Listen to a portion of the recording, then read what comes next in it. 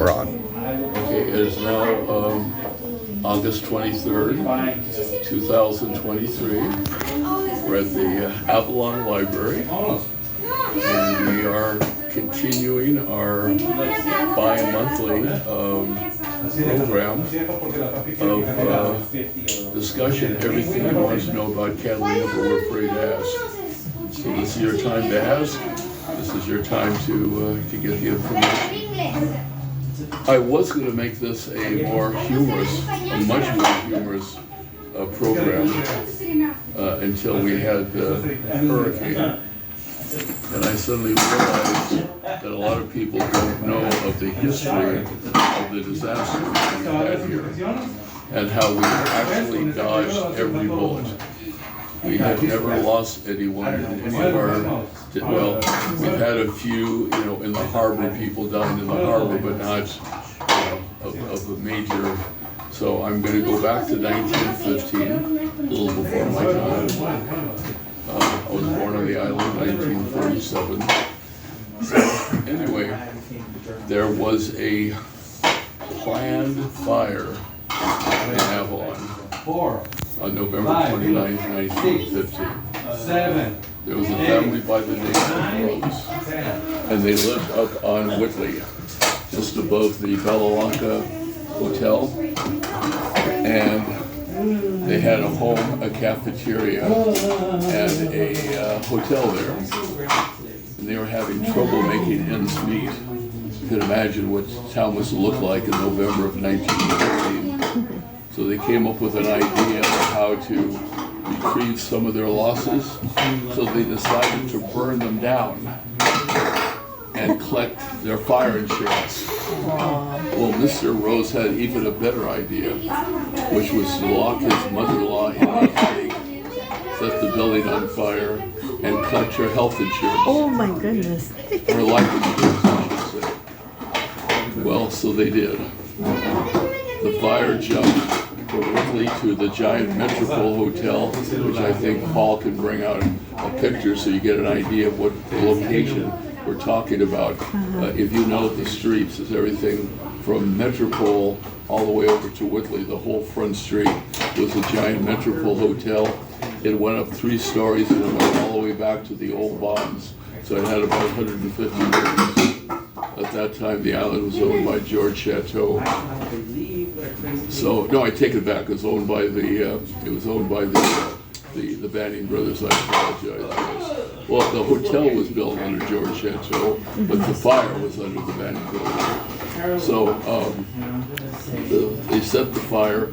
Now, it was meant to be intentional, and I know why, because they had already set hours before that fires on Tremont with the idea of getting everybody away from the location of where the fire really was going to be started. So the whole fire department, with which little we had volunteers, took all of their equipment up to put out these little fires. Well, in the process of these little fires, that's when they set the main one. Now, it did what it was not supposed to do. It jumped from the Rose compound to the Metropole Hotel. As it was burning down, it went up the canyon, took out everything up the canyon, then finally shifted west, took out half the town of Avalon by the next morning. Wow. Now, the old Hermosa boat was in the harbor, and it was doing its very best to pump water to put out the fire, because the old fire hoses that they had, we never had a fire like this before, and I guess they never checked the hoses, so they had a lot of leaks in them, so they really didn't have much water pressure, number one, and number two, the hoses really weren't that effective, so all they were really doing is using salt water being pumped from the Hermosa boat into it. Nobody was killed or even hurt in it. They got Mrs. mother out in time, so even she didn't die in the 1915 fire. So that was the first averted disaster. The second, and I am really surprised I saw nothing about it on the news. Maybe we can look it up on the internet. About 25 years ago, if I recall correctly, I was driving buses for the island company, the Wrigley's, and I remember a storm was coming from Baja, and they described it as being 1/3 the size of California, coming up from Baja. Guys, we're hosting a talk on Catalina history. If you'd like to join us, if you're just a casual visitor to the island, you might be interested in learning about disasters on Catalina, which is the topic today. So anyway, this really makes me want to cry because it was such a surreal image. We were supposed to, okay, if the waters weren't so cold, it was moving, I think they said 90 miles an hour, 1/3 the size of California. I don't know if any of you remember that, coming up the coast. So if it had continued to come up the coast, it would have taken out all the beach. I mean, we would have been, wiped out, and so would most of the beach communities. So we knew it was coming. But as far as I know, not one islander tried to get off the island. Not even one. Which made me want to cry. In other words, we figured if we're going to go here instead of trying to get in our cars and drive east. This was going to be we were going to hold ourselves here. So I went down with about 7 other employees to meet the cruise ships and the cross-channel boats to do our tours, knowing full well that probably not only will they not be coming over, but we might not even survive. And I'll never forget it. Did you ever see the movie Deep Impact? Remember that one? Yeah. Remember the scene where the father and the daughter were standing there waiting for the wave to hit them? Tsunami to hit. Yeah. Well, that's very much what this was. We all stood there, sort of at attention, looking out over the ocean, prepared to do our duty, even though, it could have been our last stand. Did you feel any slight similarity with the sort of hype, the storm hype? Were you a little worried in a similar way? Yeah, but see, the difference with this one, from what I understand, is the waters here were warm enough for the hurricane to continue. This was during the winter, if I recall. Right. And so as soon as it hit cold waters, as soon as it hit Baja, it stopped, only because the waters were cold. So that is what saved us, was cold. Our cold water saved us.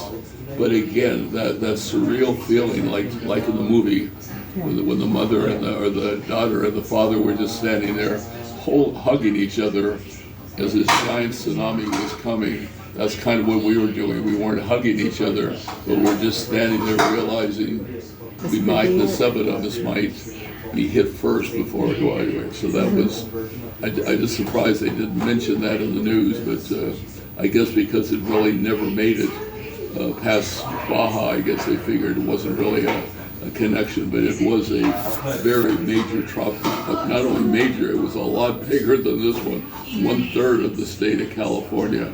They showed it on the news, and we're watching the news, and they were showing that if it was going to make it, we're thinking, well, we're done. Well, they showed Avalon red over Avalon. When they were forecasting, showing how it was going to be, tracking it, they were projecting that Avalon was red.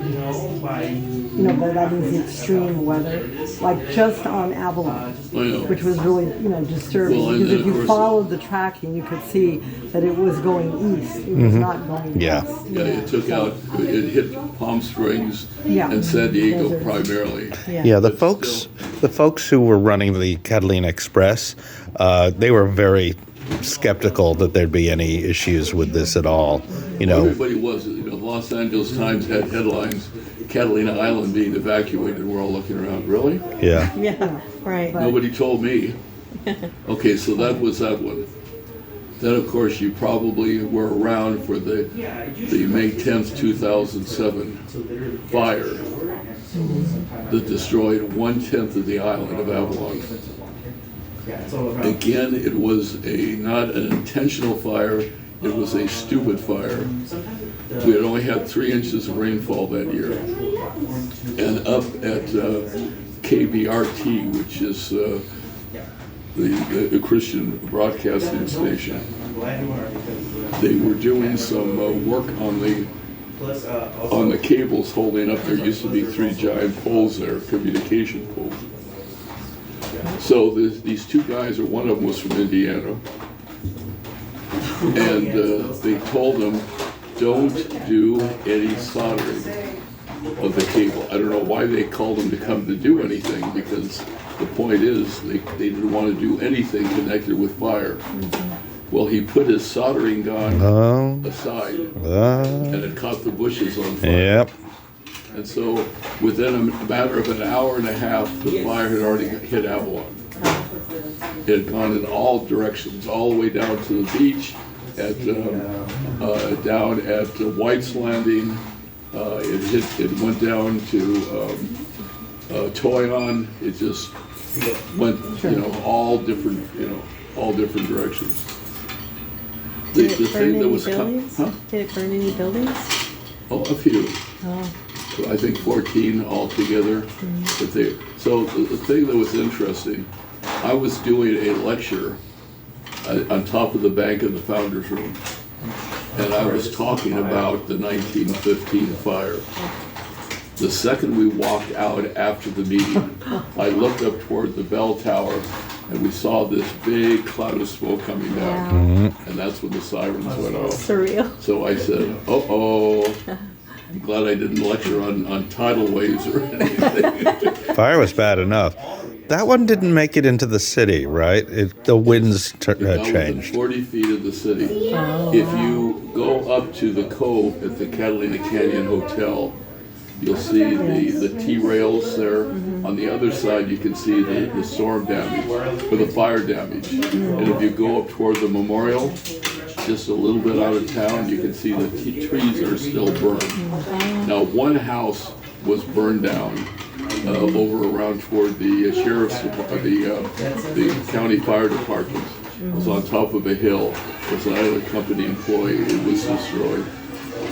It eventually went to Falls Canyon, where they have all those storage facilities, and we lost about 12 businesses there. But again, nobody was killed.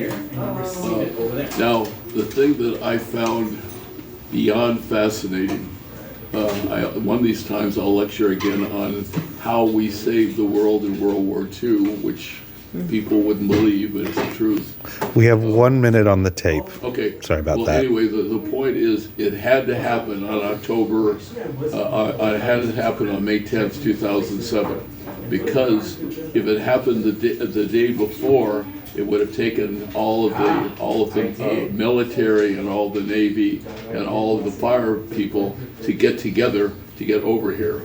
If it happened the day after, on the 11th, everybody would have already left, and I'm telling you why, because on the 9th of May, they had a major fire over on the mainland.